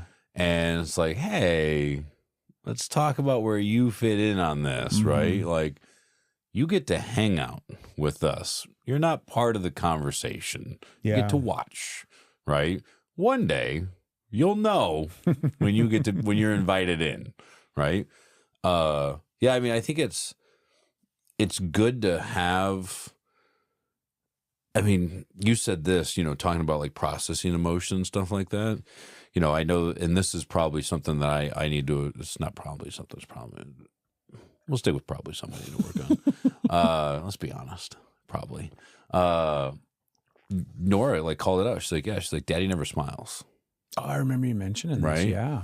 And like Jamie has shared with them a bunch of times, like, listen, she's like, I can tell you your father's very excited. He's very happy. He just doesn't have a resting smile face. Yeah. I just kind of have that like combination of resting bitch face and 10,000 yard, 1,000-yard stare, just That's such a man thing. It is. Like, did I tell you about, I had this experience at Walmart the other day, because most of the time I'm walking around and like, if I'm in a good mood, and I'm in a good mood the majority of the time, like I don't spend a lot of time, and if I'm out and about anymore when I'm moving through the world outside of our house, right? If I'm out in public, what my goal is I want to bring as much of my, not just positive energy, but like, I believe that I have the capacity, and I believe we all have the capacity. I don't think it's a have the capacity. I think this is what we're supposed to be doing. But like, I want to bring forth as much unconditional love through my body and through my experience as I move through the world, so that I share that with other people. So that they feel seen, validated, and loved. So that's a forefront of my mind when I'm moving through life out in the public. So the majority of the time I'm trying to do that. It doesn't happen all the time. Sometimes I'm still caught in my shit and I'm struggling and I'm fucking pissed off and frustrated. But the majority of the time. And so I'm walking around Walmart, my head's up, I'm smiling at everybody. I'm trying to like make eye contact with everybody. I'm moving around very, very different than I ever have before. And what I noticed the other day was the vast majority of men, and for whatever reason, this was the first time I kind of like had awareness of it. Women will make eye contact with me and kind of like smile back, and kids, of course. And it's not to say all men, but for the most part, all men were walking around with their head down and some sort of like scowl on their face where they looked fucking angry and pissed off. And I was trying to like go out of my way to like send forth like, hey dude, look at me, pay attention, just see me, look up for a second, I'm fucking smiling at you. Man, I'm smiling. It's not as bad as you think it is, right? What the fuck and like nobody was. Guy just leaves his cart and leaves. Yeah. He's fucking smiling at me. And man. I'm just like, how sad is it that men are moving around the world that way with that kind of, and I know that I do the same thing. It's this built-in thing where it's like we have to look pissed off and angry. I mean, what? To like keep people at a distance, to tell people, like not to, because it's so asinine to me. So I've been trying to shift it up and change it. And my goal is to get a bunch of fucking men smiling at Walmart when I'm walking around. But I think that it's like, why do we do that? Do you know what I mean? Like when you think about it, I don't even think it's something that we think about. No. Do you know what I mean? Yeah. You have to have somebody like your little girl point it out and be like, hey, dad never fucking smiles. Yeah. And then he's like, oh, wait a minute, I don't. Yeah. I try to, one of my favorite things to do is when I'm in airports. Yeah. I smile a bunch because there's a good chance I got my AirPods in, I'm listening to some music, I'm just walking, just fucking having a good day, right? Like I just watched a movie, maybe had a cocktail. I'm just like, life's fucking good, man. I'm just hanging. Yeah. I used to get high when I would travel. And, once I got like all my edible regimen squared away and knew exactly my dosage and timing and everything like that, I could time everything just right so that, and obviously the more you travel, like you don't have to be super, it's the same old shit, different day, just depending upon the airport. So the majority of the time I'm high as fuck flying around. And if I had a layover somewhere, I would do that exact same thing. I'd throw on some earbuds and I would be walking through the terminals dancing. Like I would be like spinning around, spinning my just little having fucking a great suitcase, weaving in and out of traffic, walking through people, smiling everywhere. And I was picturing musicals the whole time because I would like picture this song. It was totally that. And I would see all the different people playing along with me. So like as I'm walking through singing the song, then the people would be doing backflips and jumping and spinning and all that. You're in your own West Side Story. That's totally. That's funny. It was like the only way that I could stay sane sometimes on those fucking trips because it's, the 4-hour layover. Dude. Where you got nothing else to do. So there's some definite downsides to the regular travel routine. I'm feeling that right now. I mean, next week will be 3 out of 4 weeks on the road. And you're like, all right, this is getting old. Yeah, dude. It's my miles are coming back real fast though. Man, I am catching up to status. Have you made a concerted effort since that with Nora to try to like have more of an external representation of what you're feeling so that she sees it? Yeah, I definitely try to smile more, especially like with her. And like when I see her like, hey baby girl, right? And stuff like that. I don't think about it too much. Like if it's just me or me and Jamie, if Jamie's in the wrong. Yeah. It's really just efficient to walk around with a scowl because that's a natural position, right? It's not a fucking natural Yeah. position. I mean, if I just sit there and if I'm just like, that's super natural. I don't really have to put forth a lot of effort. But if I'm over here like, you and fucking efficiency. Yeah, dude. It's just the most fucking efficient. It's listen, efficiency. If you, I mean, that's what we were trying to do, right? Just be efficient. They just over here trying to find efficiencies, and No, dude. the 3 calories difference between me. Think of it as a way to burn calories, right? I don't care. Smile. Yeah, I got plenty of calories. Yeah, I mean, I definitely try to smile more with her. I definitely try to like check in more with them a little bit, and just be a little happier about stuff with them. I think that is kind of also partially like a natural. Like, I don't have a ton of like compared to 6 months ago, right? Like, fucking work sucked. I was unhappy about what was going on. And it was just a ton of stuff going on. I was super, not necessarily depressed, but it was a lot of things that were making me unhappy. Yeah. I get to like my new job, like work for a really cool company. Like that's the thing is it's not just that we have a super fucking cool product that is futuristic really in anything. Team seems super fucking cool. The culture seems super fucking cool. Like, all of it's pretty cool. Yeah, dude. Right. So like I feel pretty, and there's some things like I came in and I was like, all right. And they hired me for some, I definitely was brought on as we need to take some of the processes and how how all this works and put it here. Cause I like showed up, I was like, hey, so what's the sales process look like? And they're like, all right, well, what's the Salesforce workflows here? And they're like, how about just a bank of definitions? All right. And they're like, we were kind of hoping you'd tell us. Check. All right. I sat a 2-hour meeting today and shared my insights and then was straight up just asked like, hey, they were talking about something. Hey, from a sales leader's perspective. And I was like, well, I would say this.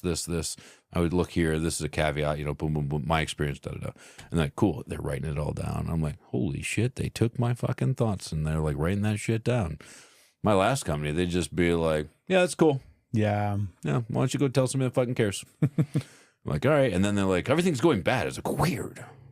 That's cool, dude. Yeah. That's a good thing. So that's been really cool. So I definitely am feeling happier about that. I mean, there's a good chance I might just have a smile on my face for the next like 3 fucking months. Right. Every time I like just look outside. Look at that Have truck. You found one? So it's really funny. You were talking about like, don't force it. The one that I found, and it's very specific. Because of course I'm going to be super specific about anything I do. Efficiency. It's a.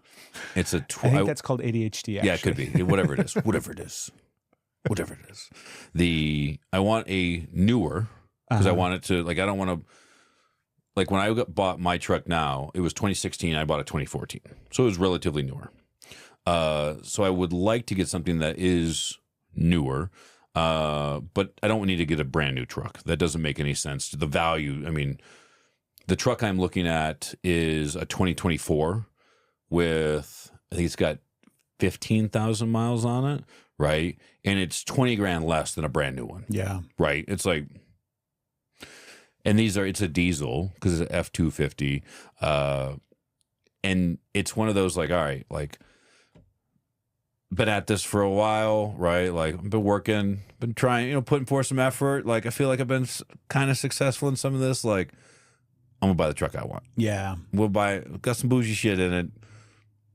Fine, right? That's what I kind of want. So the truck I found was everything I wanted. It was white. It would match Jamie's car, which I was like, I can deal with that, right? I like matchy. But it was in Missouri. Okay. And I was like, all right, well, it's like it was like 8-9 hours away. It was 700 miles. So it was probably like 10 hours away. I was like, well, maybe I'll fly there and drive it back, or I could drive my truck in to trade it. Like, there's a lot of hoops I'd have to go through. It's sold, and Jamie's like, see if you can find another one. I was like, all right, I found the same truck with less miles on it in Chattanooga. Seems like it worked out the way it's supposed to work out. Well, we haven't, let's not get too ahead of ourselves. I saw it on the internet. Doesn't mean it's still available. Like, there's work still to do. Yeah. I straight up, I was like, I found this one in Chattanooga. And Jamie's like, go get it. I was like, we're going to go podcast. She's like, go get a truck. And I was like, no, I can't cancel. I was like, no, I'm going to go podcast. And she was just like, okay. Like, it's like, we'll get she's like, if that truck sells, you're going to be, I was like, we're not going to throw that in the universe right now. All right. So you're going to try to go get it tomorrow? I think so. Yeah. We're going to try and get my truck detailed just to get it cleaned up for trade-in. And then I'm going to call them after, this afternoon, see if they still have it. I'm going to come to jiu-jitsu tonight. There's Ephraim was calling me, and I'll call him back, but he's got a friend of his whose son, he wants to come check out. He's 21. Nice. Did some Taekwondo for a while. Cool. But I had a lot of questions, and I was like, well, I don't want to just I don't think that a fundamentals class is a good experience of this is jiu-jitsu. Yeah. Right. So I was like, hey man, I'll come up. I'll take you, we'll maybe warm up or whatever with everybody. We'll go over to the other side, do a little bit of jiu-jitsu. Mm-hmm. I'll here's kind of what a match is. Give him some basics. Hey, I want you to try and get on top and just go over a couple positions and all that. We'll do it. See what he thinks about it. He's super unsure about it. Yeah. His mom brought him in. He's 21. Fundamentals might be great for him. Could be. We're gonna do some fun, easy stuff tonight. Yeah. I mean, it could be great for him. Yeah. Who knows? Listen, a 21-year-old, your mom brings you in. Who knows? Who knows what that's going to look like? Right. If I didn't have to do that, I would totally go get a fucking truck tonight. But yeah, we'll see. Jamie called the detail place. See if we can get my truck in to get it detailed, and then I'll call him and see if it's still available. It's silver. Nice. Yeah, it's the Tremor package, right? I want to put it. It's just as Tremor, and I'm totally going to put an S behind it, right? Supposedly, are they doing? I thought I saw, because you can't trust everything anymore, right? No. I mean, I don't know if you could ever trust everything that you saw on the fucking internet, but there's so many fake advertisements, fake movie posters, fake trailers, but apparently they might be doing a limited series, Tremors, with Kevin Bacon on Netflix. What? Right. I just saw something the other day, but I didn't vet it enough to know if it was. No, I'm totally going to look this up. Yeah. How many Tremor movies have you seen? I mean, I think I've seen. I don't think I went past 2. I mean, because the first one was just so fucking good. Good. It really was. It was so. I mean, I watched that thing hundreds of times. It's such a good fucking movie. Yeah. It still holds up. Everything about it, I fucking love. It's great. Can't get enough of Kevin Bacon. Nope. So if they're doing another one, I'm all in. I agree. 1's great. I enjoyed 2. Yeah. Because you get some of the, you expand on some of the stories a little bit. And 3 was where it got a little silly. And then I think, was it 4 that they had, they were ass blasters? They could, they didn't fly, but they basically shot acid out their ass and they could jump really far or something. I don't know. It's right? like all the Sharknadoes or whatever. Yeah. Sharknado 17 or whatever. Mm-hmm. The snakes on a plane. But the second one, was it Earl? No, Earl's the main character. Who was the guy that was the gun nut? Yeah. Yeah, right? But it's he gets all upset because he's like, I am 100% completely out of ammo. And he's just pissed about it all. And he's like, well, how much was that? He's like, and it's a 7-ton truck. And he's like, it's empty. That was all. It was full of ammo. It's gone now. Like, what happened? He's like, well, I won, but I spent all my ammo. So I was going to ask you, because we can wrap up, but one of the things that we're doing on the podcast, and I've got a couple of these episodes done, and they'll be coming out later on because I want to highlight not just men's work and men's coaching, but the whole idea behind it. And I think we've talked about it. I think we've talked about it, but specific episodes where it's a completely different type of episode. So it's not going to be a regular podcast episode. It's going to be like an inside look of what it's like to process and do some emotional work. And like if you were taking like if you're the fly on the wall for a session. Mm-hmm. And I just did, because I realized that it's a hard thing for anybody to step into. It's a whole other different thing for somebody to step into it and have it filmed and recorded, knowing that at some point it's going to be available for people to watch and look at. But I think that's a really important thing, because it highlights, it's like getting to see the process and getting to see men communicate, express, tap into, and feel emotions and see the benefit from all of those things. So I'm excited for it to come out, and I'm excited to continue to do them. But I realized how big of an ask it was. And so I did one the other day. I did the first one. I had a buddy of mine who's a coach. His name's Rick, came over, and he helped me through a process. And it was fucking hard. It was great. It was wonderful. I loved it. It was really, really beneficial and helpful. So that'll be the first one that we do. And like I said, I've got a couple more kind of in the pipeline. But I want to invite you, if you're interested, to sit down and go through that process, knowing that it's going to be specifically tailored towards that. And it'll be one of those type of episodes that'll come out down the line. So it'll be your opportunity to sit down and get into something, whatever it might be, right? I don't know. It's just something to throw out there for you. If you like, think about it. No. You're like, thought about it. No, thank you. Not a chance, Craig. I mean, think about it. I'll think about it. It's hard because I definitely, through my experience with therapy and discussion and unpacking things and all that, there is definitely tons of stuff that, like, I can talk about my childhood, all that stuff, like relatives lost, all that. Like, none of that stuff gets me anyway. Like, I'm square with all that. It's the 2006 to 2013 multiple combat deployments and all that stuff. There's a lot of stuff in there. Yeah. And it's hard because it's like, and everybody's like, well, that's how you got to deal with that. I was like, do you though? Right. I feel like we just keep that shit locked up and it'll be totally fine. Like, I'm fine. Yeah. Yeah.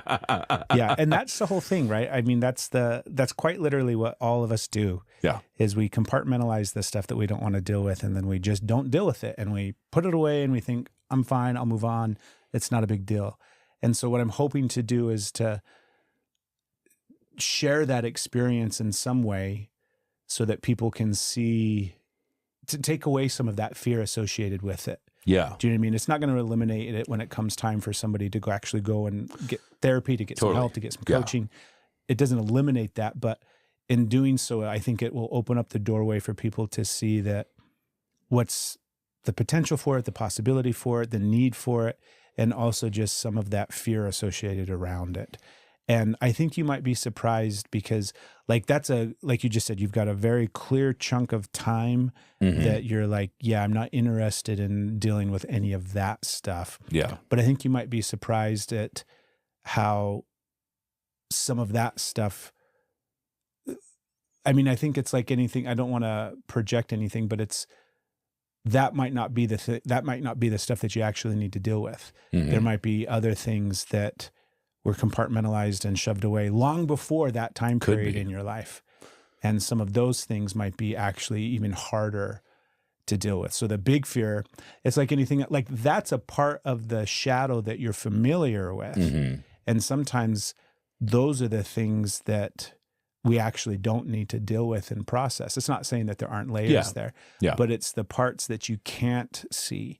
It's the parts that have been there for a really long time. It's the parts that, like the other day with Rick, it was like, I went into it thinking, and it hasn't come out yet, it'll come out at some point. I just kind of went into it open. I didn't really come, with a topic or an issue. I just was open to the experience to see what was going to happen. And what ended up coming up was something that, it was from childhood. It was from when I was 9 years old. It's an experience and a memory and a thing that happened to me that I went through that I was familiar with. It wasn't something that I hadn't thought about before. It was something that I've processed a bunch before, both like in my own internal work. I've done it in therapy, but there was still stuff in there that I hadn't ever, I don't want to say seen, but there was still juice there. There was still stuff there that was just like, oh my gosh. And it was so applicable to like present moment stuff that I was dealing with and going through, that I am dealing with and going through. Yeah. And so, I don't know, just think about it. Like the idea that, I totally get not wanting to go down the rabbit hole of all of your service time and all the different things and trying to like navigate that in the course of fucking doing some sort of like fucking podcast or something like that. But you're like, hey, so episode's over. You're good, right, bro? Don't wreck your new truck. Yeah. Don't wreck your new truck on the way home. But I think, I don't know. Just think about it. Yeah, I'll think about it. The invitation's there, and then anybody else that's listening, like if you're open and you're wanting it, not only is it an opportunity for like some free coaching, but it's an opportunity to step into a space to not just help yourself, but help other people, help other men. I think it's something that we have the capacity to like do something with the podcast to open up and expose people to not just the need for emotional connection and expression, but what it can actually kind of look like in the process of what it kind of looks like, and not how to do it, but normalize it. I think that's the big thing. I just want to normalize it as much as I possibly can, because fucking guys walking around Walmart with scowls on their faces, right? Well, men are in pain and they don't want to fucking deal with it, and they're hurting everybody else in the meantime. So I'm in pain every day. My whole body hurts. I agree. Like, I think it's important to have those conversations, to dig into that stuff and to peel the layers back, the onion back on some of that stuff. I think that's all very, very important, right? I am definitely better for it. Yeah. Yeah. Except for that one doctor. Fuck that guy. Dr. Green. Douchebag. Well, I'm excited. This was nice, dude. I'm grateful that we got to do it again. Yeah. I'm excited for like at some point in your job figuring out the natural flow and rhythm and everything will become homeostasis. And We'll have more of a homeostasis time probably in the next like month or so. Yeah. It'll be, it's, there's a lot to do, but the upside is like, I totally laughed about this. My boss, who's like the GM for North America, came in. So I start, and then we have like literally, I start on a Monday. Tuesday, we had prospective customers in, and it looks like both those deals are going to close. Nice. And then we had another deal that was like, hey, I'm ready to close. We had somebody reach out. My boss is like, it's fucking Ben. It's because of Ben. I'm like, I haven't done anything. And he's like, you showed up. Shit's starting to close. And I'm like, I don't even know who the fuck that sales rep is. We have yet to talk. And they're like, yep, he closed the deal. It's all because of you. And I'm like, listen, I'll take the fucking credit. Take it. Yeah. But so I think it'll calm down here, and it won't go back to no travel or anything like that. Like, there'll still be travel. But my hope is if I can get to a schedule where even every other week, like 3 days on the road. And that's really, I'm really trying to move like to a Tuesday, Thursday. Yeah. So it's just like, hey, I leave on Tuesday, home Thursday night. So I still have my weekends, Mondays and Fridays. And if that's only every other week, it's like, I'm on the road 6-7 days a month. Yeah. It's not that bad. It's not too bad. Yeah. But it sucks still. Sure does. But might get me a new truck. It sounds like you're getting a new truck. We'll see. I don't want to jinx it. I don't want to jinx the jinx. You'll have to tune in next time to see if Ben's got his new ride. I'm excited. Go subscribe to Brave Men Dare wherever you can find us. Leave us a review if it's a positive review. If it's not, then fuck off. But if you like the podcast, share it with somebody and leave us a review. It helps the podcast grow and expand and reach more people. And we just crossed over. I was going to tell you this too. I've been meaning to. We've just crossed over the 1,000 follower mark on Facebook. Fuck yeah. So that's pretty cool. That's a big deal. Go follow us on Facebook. 1K, what? Instagram, and YouTube. TikTok. Tickety-tackety tock. TikTok, the hickory dickory dock. The mouse ran up the clock. So we'll see you guys on the next episode, man. I love you. Love you, brother. Thank you.